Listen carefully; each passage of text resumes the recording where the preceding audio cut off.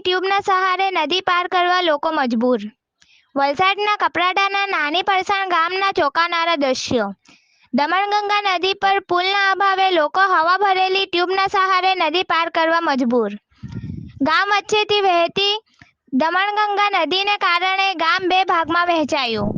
ગામના એક તરફથી બીજી તરફ જવા લોકોએ રોજ જિંદગીને મૂકવી પડે છે જોખમમાં.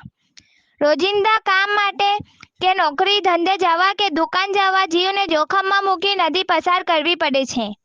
નદી પર પુલ બનાવવા સ્થાનિક લોકોની માંગ. ટાયરની ટ્યુબના સહારે નદી પાર